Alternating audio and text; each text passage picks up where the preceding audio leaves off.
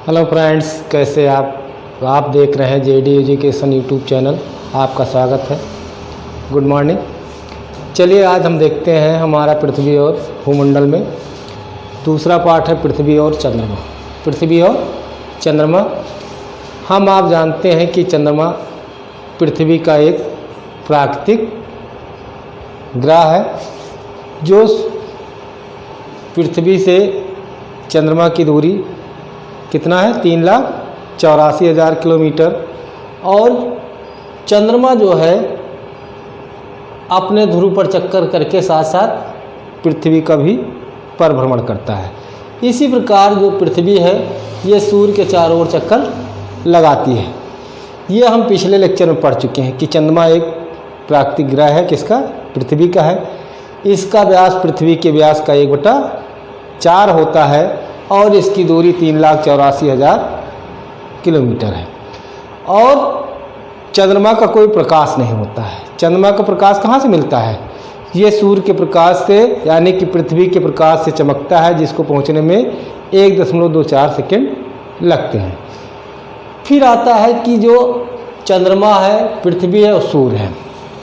आप जानते हैं पृथ्वी क्या है? अपने अक्ष पर घूमती है और अपने अक्ष के साथ साथ क्या करती है? सूर्य की भी परिक्रमा करती है, जिससे दिन और रात होते हैं। इसी प्रकार से चंद्रमा जो है अपने अक्ष पर घूमती है और पृथ्वी के चक्कर लगाती है। अब इसी में हम पढ़ते हैं पृथ्वी और चंद्रमा के परिक्रमण मार्ग। ये परिक्रमण मार्ग हम देखें कि ये सूर्य है, पृथ्वी सूर्य के चक्कर लगाती है, फिर चंद्रमा जो है ये पृथ्वी के चक्कर लगाती है। फिर हम देखते हैं कि जो चंद्रमा है, यदि हम चंद्रमा पर जाए तो वहाँ का गुरुत्वाकर्षण बल क्या होता है? पृथ्वी की अपेक्षा क्या होता है? पृथ्वी की तुलना में 6वां भाग है। यानी कि अगर यहाँ पर कोई वस्तु 1 किलो है तो चंद्रमा पर जिस प्रकार से हम यहाँ पर कोई वस्तु उठाते हैं, उस वस्तु का 6 गुना वस्तु हम क्या करते हैं? चंद्रमा पर उठा सकते हैं। क्या करते हैं? चंद्रमा पर हम उठा सकते हैं।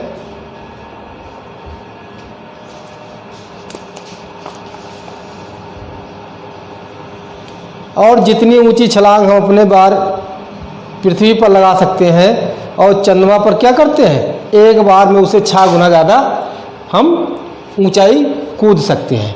फिर इसके बाद आता है चंद्रमा की गतियाँ, यानी कि चंद्रमा की गतियों के कारण से कौन कौन सा कार्य होता है। तो सबसे पहले कि चंद्रमा की गतियाँ जो होती, चंद्रमा अपने अक्ष पर घूमते हुए, यानी कि अपने अक्ष पर जो घूमता है उसको 27 दिन 7 घंटे और 48 मिनट पृथ्वी का एक चक्कर पूरा करता है। यानी कि जो चंद्रमा होता है या अपने अक्ष पर घूमते हुए 27 दिन 7 घंटे और 48 मिनट का समय लेता है, जिसमें वो पूरा चक्कर या पूरा परिभ्रमण कर लेता है।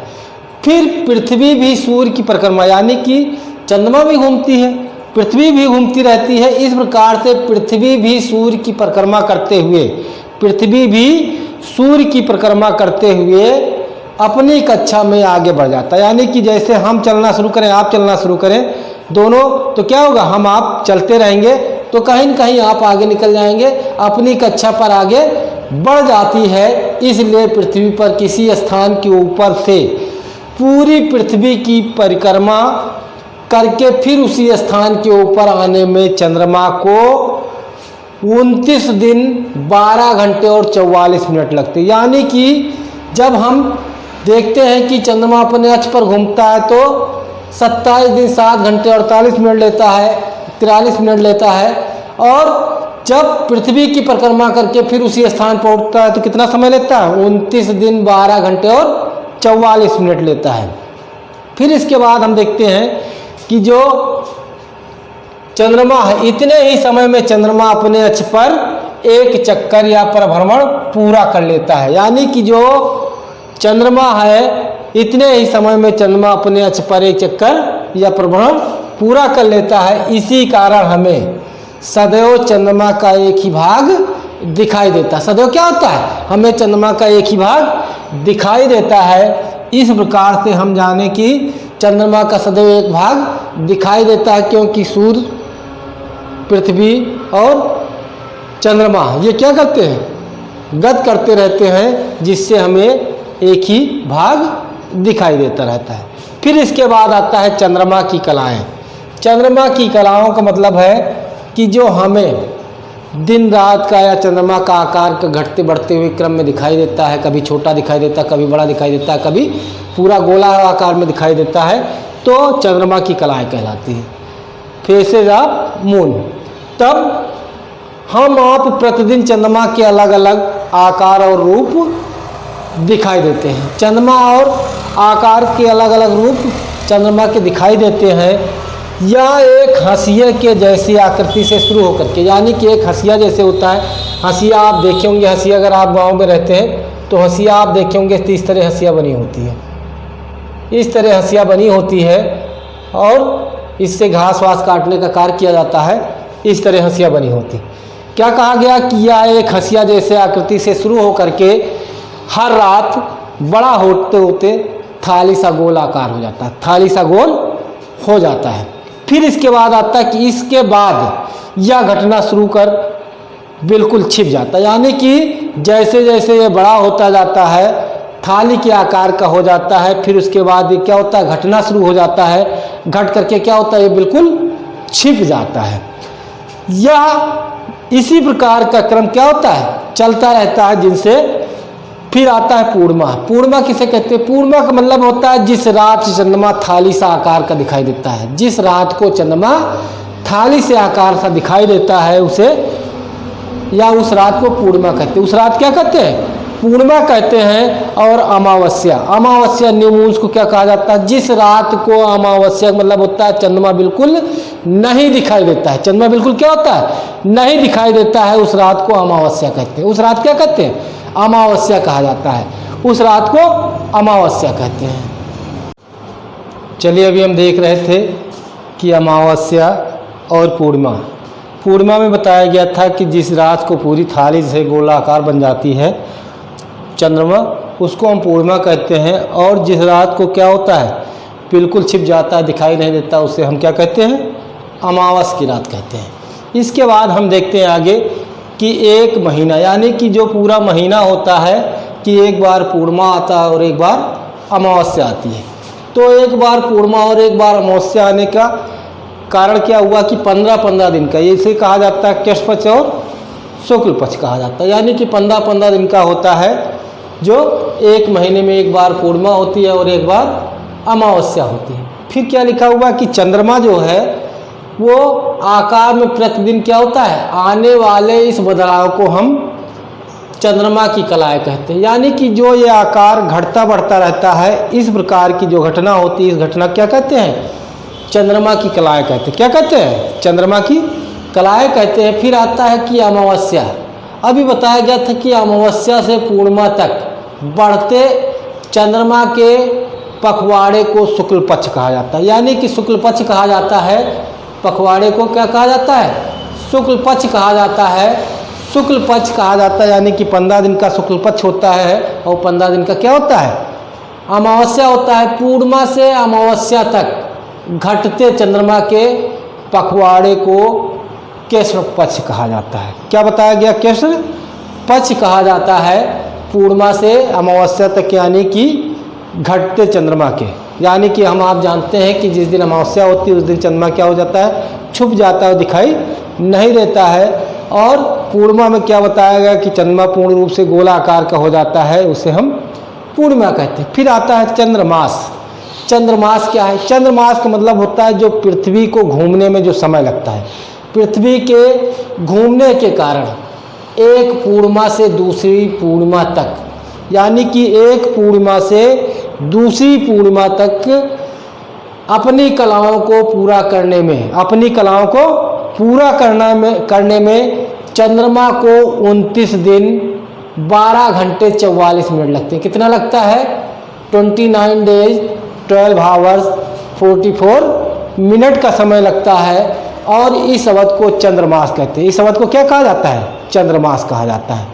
चंद्रमास कहा जाता है। फिर आगे लिखा हुआ शक्तिशाली दूरबीन, यानी शक्तिशाली दूरबीन या टेलीस्कोप कहते हैं। और अंतरिक्ष यान के खोज के, यानी कि अंतरिक्ष यान और टेलीस्कोप के खोज होने के बाद वाय अंतरिक्ष के बारे में अध्ययन किया गया और विशेष प्रकार की जानकारियां किसके द्वारा मिली हमें? आविष्कार के मनुष्य को क्या हुआ? वाय अंतरिक्ष के बारे में जानकारियां प्राप्त हुई। फिर इसके आगे अब देखते हैं हम, प्रकृति में आया तो उसको सारी चीज़ों का ज्ञान प्राप्त करना था और जैसे जैसे आवश्यकता महसूस हुई वैसे वैसे वो देखने लगा। तो अब जब अंतरिक्ष की बात आई तो जो खगोलविद थे, जो अंतरिक्ष यान था, उसकी जब खोज हो गई, टेलीस्कोप की खोज हो गई, यानी कि शक्तिशाली टेलीस्कोप या दूरदर्शी की खोज हो गई, दूरबीन की, तो उसके द्वारा दूर दूर की वस्तुओं के देखने का कार्य किया जाने लगा। इसके बाद पूर्व सोवियत संघ, यानी कि जो रूस, आज का जो वर्तमान में रूस है, वो पूर्व सोवियत संघ के नाम से पहले जाना जाता था, कि सबसे पहले यूरी गागरिन, जो यूरी गागरिन थे वो प्रथम व्यक्ति थे जिन्होंने अंतरिक्ष में यात्रा की थी। जिन्होंने क्या किया? अंतरिक्ष में यात्रा किया था। और कब? 12 अप्रैल 1961। किस सन में किया था? 12 अप्रैल 1961 को किया था, जिसका नाम था वास्तोक 1 नामक अंतरिक्ष यान से उन्होंने पृथ्वी की परिक्रमा की थी। उन्होंने क्या किया था? पृथ्वी की परिक्रमा किया था। फिर इसके बाद आता 20 जुलाई 1969 ईस्वी, यानी कि 20 जुलाई 1969 को संयुक्त राज्य अमेरिका, यानी कि संयुक्त राज्य अमेरिका जिसको यूएसए कहते हैं, का अपोलो 11, जो अपोलो 11 नामक अंतरिक्ष यान था, जो चंद्रमा पर पहुंचा, और नील आर्मस्ट्रांग, यानी कि नील आर्मस्ट्रांग प्रथम व्यक्ति थे जिन्होंने चंद्रमा पर कदम रखा। उनके अन्य सहयोगी या सहयात्री थे एडविन एल्ड्रिन और माइकल कॉलिंस थे और एडविन एल्ड्रिन थे। सबसे पहले कौन से व्यक्ति थे? नील आर्मस्ट्रांग व्यक्ति थे जिन्होंने चंद्रमा पर कदम रखा। इसके बाद आता है भारतीय, यानी कि भारत का कौन सा ऐसा व्यक्ति था जिसने अंतरिक्ष यात्री का कार्य किया था? प्रथम भारतीय अंतरिक्ष यात्री थे राकेश शर्मा। कौन थे? राकेश शर्मा थे, जो एक भूतपूर्व क्या थे? पायलट थे। उन्होंने सर्वप्रथम भारतीय अंतरिक्ष यात्री राकेश शर्मा, जो 2 अप्रैल यानी कि 2 अप्रैल 1984 यानी कि 1984 में सोवियत संघ के अंतरिक्ष यान सोयूज T11 से अंतरिक्ष की यात्रा की। फिर इसके बाद आता है सूर्य ग्रहण और चंद्र ग्रहण। आप जानते हैं कि सूर्य ग्रहण क्या है, चंद्र ग्रहण क्या है। थोड़ी सी भाषा में हम देखते हैं। यहाँ पर हमने सूर्य बनाया हुआ है, ये चंद्रमा बना हुआ है, पृथ्वी बना हुआ है। ये जो स्थिति होती है, ये किसकी स्थिति होती है? सूर्य ग्रहण की होती है। किसकी होती है? सूर्य ग्रहण की होती है। इसमें हमें ये चीज़ ध्यान देना है कि जब सूर्य और पृथ्वी के बीच चंद्रमा आ जाता है तो क्या होता है? सूर्य ग्रहण होता है। जब सूर्य और पृथ्वी के बीच चंद्रमा आ जाता है तो सूर्य ग्रहण होता है। दूसरी स्थिति क्या दिया है? इस स्थिति को युति भी कहते हैं। क्या कहते हैं? युति कहते हैं या कंजक्शन कहा जाता है। युति कहते हैं या कंजक्शन कहा जाता है। और यह कब होता है? अमावस्या को होता है। ये कब होता है? अमावस्या को होता है। और एक दूसरी स्थिति होती है कि जब चंद्रमा की छाया पृथ्वी पर पड़ती है, जिससे सूर्य ग्रहण होता है। तीसरी स्थिति दिया हुआ कि जब चंद्रमा की छाया पृथ्वी पर पड़ती है, जिससे सूर्य ग्रहण होता है। फिर इसके बाद आता है कि चंद्र ग्रहण। चंद्र ग्रहण क्या है? चंद्र ग्रहण को वियुति की भी कहते हैं। क्या कहते हैं? वियुति कहते हैं या अपोजिशन कहा जाता है।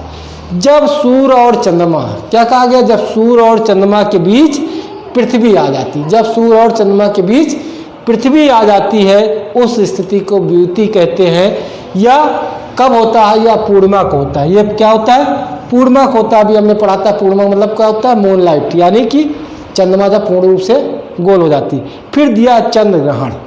चंद्र ग्रहण क्या? अभी बताया गया जब पृथ्वी की छाया चंद्रमा पर पड़ती, जब पृथ्वी की छाया चंद्रमा पर पड़ती है, उसे हम क्या कहते हैं? चंद्र ग्रहण कहते हैं। क्या कहते हैं? देखिए यहाँ पर एक चित्र बना हुआ, सूर्य बना हुआ है, पूर्णिमा लिखा है, पृथ्वी और चंद्रमा। जब सूर्य और चंद्रमा के बीच, जब सूर्य और चंद्रमा के बीच पृथ्वी आ जाती है तो उसे द्युति कहते हैं या चंद्रग्रहण कहते हैं, या पूर्णिमा को होता है पखवाड़ा। पखवाड़ा क्या भाई? जो हिंदी कैलेंडर में होते हैं उसमें पखवाड़ा यानी कि 15-15 दिन का होता है, शुक्ल पक्ष होता है, कृष्ण पक्ष होता है। तो पखवाड़ा मतलब होता है 15 दिनों की अवधि। जो 15 दिन की अवधि होती है, समय होता है, जिसे पक्ष भी कहते हैं, उसे पखवाड़ा कहा जाता है। फिर आता है मानव निर्मित उपग्रह। मानव निर्मित उपग्रह क्या अभी तक हमने पढ़ा कि उपग्रह क्या उनसे है, बताया गया था, जैसे चंद्रमा पृथ्वी का एक उपग्रह है। तो मानव निर्मित उपग्रह का मतलब होता है मनुष्य द्वारा या मनुष्य या वैज्ञानिकों द्वारा बनाए गए जो उपग्रह के रूप में जिनका हम निरूपण करते हैं, उन्हें हम कहते हैं मानव निर्मित उपग्रह। ये क्या करते हैं? ये भी पृथ्वी की परिक्रमा करते हैं। ये भी क्या करते हैं? पृथ्वी की परिक्रमा करने वाले वे उपग्रह जो मानव द्वारा बनाए गए हैं उन्हें मानव निर्मित उपग्रह कहते हैं। उन्हें क्या कहते हैं? मानव निर्मित उपग्रह कहते हैं। जैसे सबसे पहले आर्यभट्ट था, फिर एजीसेट था और ओशनसेट है। इस प्रकार के उपग्रहों की व्यवस्था मानव के विकास के लिए किया जाता है। जैसे आजकल क्या है कि किसी चीज़ के, जैसे मौसम विज्ञानी है, उसके द्वारा मानव निर्मित उपग्रह छोड़ दिया जाता है, जिससे क्लाइमेट के बारे में हमें पूर्वाग्रह से हम उसके बारे में सूचना एकत्र कर लेते हैं। दूरदर्शन है, सैटेलाइट के द्वारा चलता है, यानी कोई भी, जैसे एडीसेट है कोई चैनल है, या आर्यभट्ट, किसी भी चीज़ के बारे में जानने के लिए जिन उपग्रहों का मानव द्वारा निरूपित किया जाता है, छोड़ा जाता है, उन्हें मानव निर्मित उपग्रह कहते हैं, जो पृथ्वी की परिक्रमा करते हैं। किसकी परिक्रमा करते हैं? पृथ्वी की परिक्रमा करते हैं। फिर आता है सीजगी। सीजगी क्या है भाई? सीजगी का मतलब होता है जब प्रकाश की छाया सूर्य और पृथ्वी, यानी कि जब सूर्य, पृथ्वी और चंद्रमा एक सीधी रेखा में होते हैं। जब सूर्य, पृथ्वी और चंद्रमा एक ही सीधी में होते हैं या एक ही रेखा पर होते हैं, तब यह स्थिति सीजगी कहलाती है। यह स्थिति क्या कहलाती है? सीजगी कहलाती है। सीजगी कहलाती है कि सीजगी का मतलब होता है जब सूर्य, पृथ्वी और चंद्रमा एक सीधी रेखा में होते हैं, तब यह स्थिति सीजगी कहलाती है। या दो प्रकार की होती, वियुति तथा युति। वियुति में बताया गया था, जिसे हम युति बताया गया था, जिसे हम सूर्य ग्रहण कहते हैं। वियुति में बताया गया जिसे हम चंद्र ग्रहण करते हैं। इस प्रकार से हमारा पाठ खत्म होता है। नेक्स्ट लेक्चर में फिर मिलते हैं, तब तक के लिए धन्यवाद, जय हिंद।